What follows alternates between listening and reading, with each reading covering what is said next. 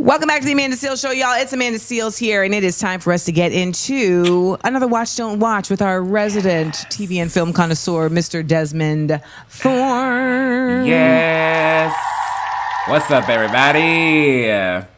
So this week, we, interestingly enough, have two recent films about World War II from different perspectives. Can I just make a note here real quick? Can I just put a pin in this real quick?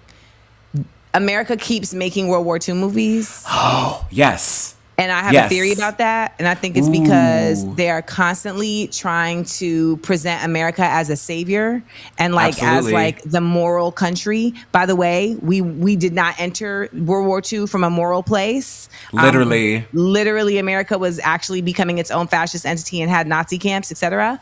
But they consistently only make World War II movies. You ain't never seen any extensive amount of movies about Vietnam, extensive amount of movies about the Gulf War, anything, Korean War. Exactly. But they love a World War II movie. They want to be put in the hero position at all times. So this first one is interesting. This is our Best Picture winner last year, Oppenheimer, which is now streaming on Amazon Prime. This is a film about J. Robert Oppenheimer, who went on to create the atomic bombs which were dropped on Hiroshima and Nagasaki, leading to Japan's surrender in World War II. I have to say, as well as this film is constructed from a technical standpoint, this is a don't watch at this point to me. As I said, a lot when it's Cillian Murphy. Yes, exactly. And I feel like he does a very good job in it. I'm happy that he has an Oscar. I think he's an actor who deserves to have one.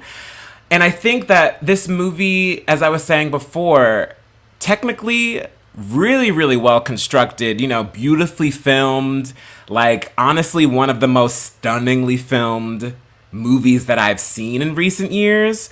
And at the same time, I saw this in an IMAX theater, one of the largest in the world. So you saw it in its best, most high level way. Exactly, on 70 millimeter film, and that's what the film was made for. Oh, wow. So now that we're watching it at home, I'm like, well, what are you really going to get from it? Because those were the things that stood out to me. The sound design and the way that it looks. And if you're watching this on your laptop or, at home. I watched it at home on the couch, yeah. Yeah, and it doesn't really have that much of an emotional core to really hit it really anywhere else.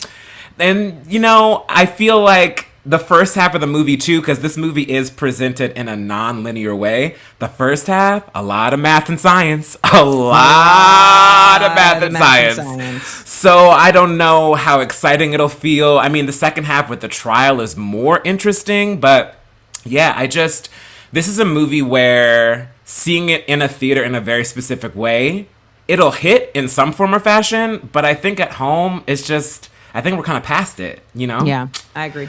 A fair criticism that did come out is, wanting to know more about the indigenous people who died and were exposed to extreme levels of radiation unknowingly in New Mexico as a result of the Trinity test. Yes. I would love to see more information about that, and I know that is not the story that this film is trying to tell, but it also, I don't know, just wasn't mentioned at all.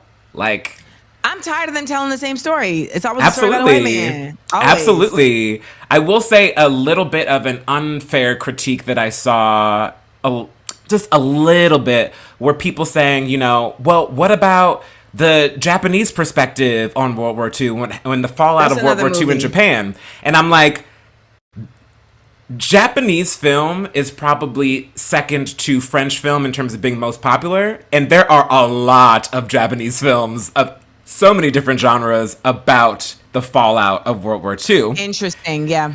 Which connects to our next film, Godzilla Minus One, which is now streaming on Netflix. This is a Japanese film released last year, and this is basically a retelling of the original Godzilla from the perspective of a Japanese kamikaze pilot post-World War II.